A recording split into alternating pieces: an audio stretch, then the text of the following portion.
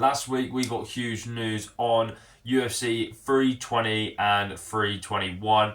I'm absolutely buzzing. These are going to be done in two separate videos. So today we're talking about 320. Now, this card is absolutely stacked. You know, we've got the three big fights. You know, I would happy just seeing those on just its own card. Just a free fight card. Absolute wars these are. So, we'll get straight into it. The main event for UFC 320 is a rematch in the light heavyweight division. We've got Magomedov Ankalaev, the champion, going against Alex Pereira, who's ranked number one. And it's a rematch, you know. Magomedov Ankalaev won the belt back in March. You guys won't be able to see it, but it was 313, just down there. It was an okay fight. It weren't amazing. To be fair, you could have given the win either way. A lot of people thought Alex won. A lot of people thought Magomedov won. I did think Magomedov Ankalaev deserved that win. I'm not being funny. In that first fight, he outstruck the striker. You know, I think there was one takedown, and that was by Alex Pereira. What's surprising, very surprising to be fair. But yeah, I think the rematch, I think Alex Pereira is definitely going to be a bit more cautious about getting backed up on the cage and just held there. There was a lot of that by Ankalaev. Hopefully, fingers crossed, Alex can get that belt back. Because as good as Magomedov Ankalaev is, he's not entertaining. He doesn't bring that factor, you know, where like a champion, I want to watch that champion because he knocks everyone out or he's so dominant. Ankalaev just so boring. He is, but he's a great champion, and he definitely should have been champion sooner than later. But there's nothing there for fans to go, whoa, he's a great champion. Like Merab Dvalishvili. We'll get onto him in a minute because he is the co-main event. But Merab used to be a boring fighter. People used to not like him, and then he's had to changed up his style a little bit, and now he taunts a lot, you know. And it gets people like, that's brilliant, that's quality, you know. Oh, we want to watch him because he's funny, he's good, he's that constant pressure, he'll take you down, taunt you, get back up, take you down again, you know. Stuff like that. Ankalaev needs to, I know he's very respectful and stuff like that, but you need to have some factor about yourself. While Alex Pereira, we don't need to talk about him, he went on an absolute tear, you know, coming into the UFC. I think he was like 3-0. Got this chance against Izzy just right here at 281. Won the middleweight title. Then defended, you can see just over here at 287. He did lose the belt, but still, that was a great little rematch right there. Then he goes on to light heavyweight, fights Jan Blachowicz, beats him. That was a bit of a controversial fight, but beats Jan Blachowicz. Then fights Yuri Prochazka, wins the belt, you know. Then defends it against Jamal Hill at 300. Then defends it again against Yuri at 303, legit 3 pay-per-views after 300. And then goes on to fight Khalil Roundtree at, it was 307. Absolute tear of, and he knocked all of them out. Knocked all of them out in fun fights as well, especially the Khalil Roundtree fight. So that's why, fingers crossed, Pereira can get this done. I really hope, because I want to see Pereira as champ again. But even if it's not, you know, if Ankalaev wins, that opens up for new fights. You know, there's Yuri, there's Khalil. We'll get onto those in a minute. But yeah, my prediction for that fight, as much as I love Alex Pereira, I think Ankalaev's going to be boring again. Hold him up against the cage. But the only thing I will say about Ankalaev is it was super impressive that he outstruck Alex Pereira when Alex Pereira is a world champion kickboxer. You know, he's had boxing matches as well. Thought that was super impressive. But on to the co-main, as you can see right here, Merab Dvalishvili defending his bantamweight title against number 4 ranked Corey Sandhagen. This is the fight we need. This is the fight we all wanted. Merab's pretty much cleared out the division now, apart from Sandhagen. You know, Sandhagen's the last one. And I think if Merab beats this, then we need to start talking about a super fight for Merab.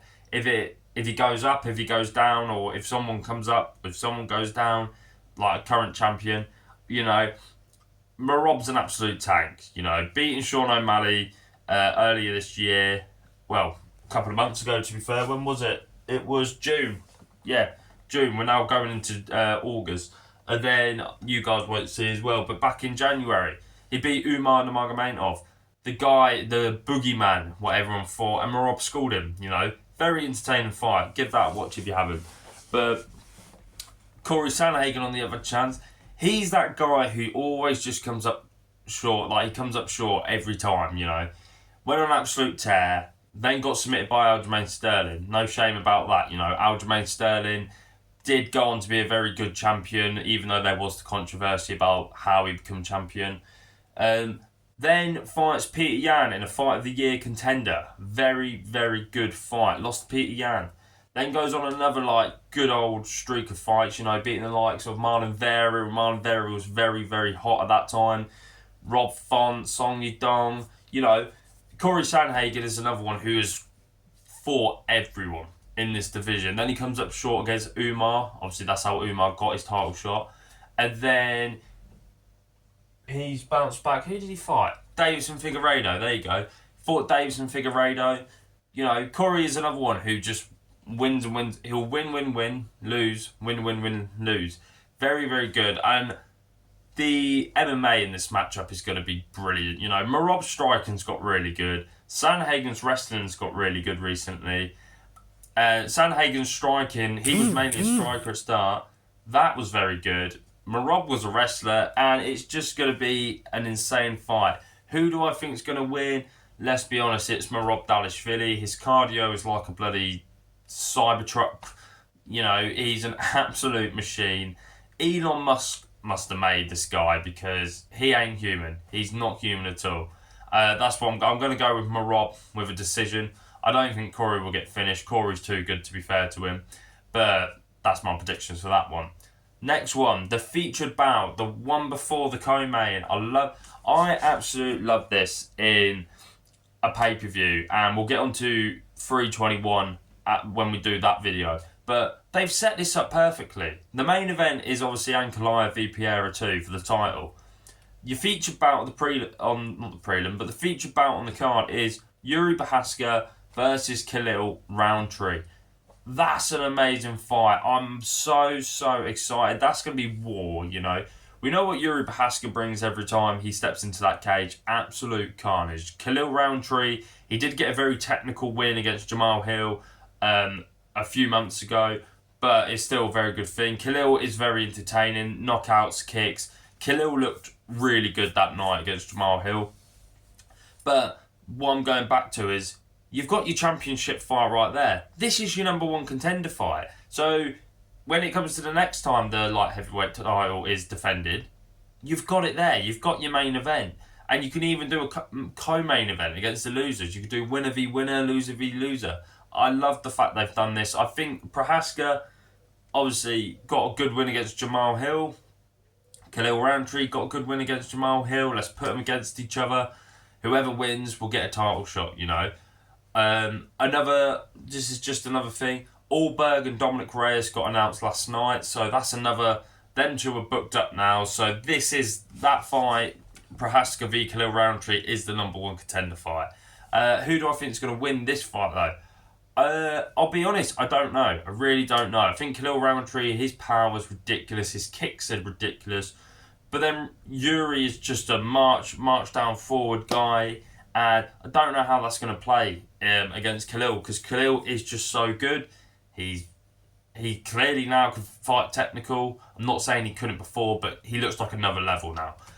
Yuri, to be fair, he improved from the second Alex loss. You know, he changed a bit of his movements. You know, he's now doing more he fights like that, and he used to just boom, but now he'll slip back and then boom, stuff like that. But we'll have to see. I'm not going to give a prediction for this one because it's going to be a war. That's all I know. That's going to be Fight of the Year, or it's going to be one of Fight of the Year.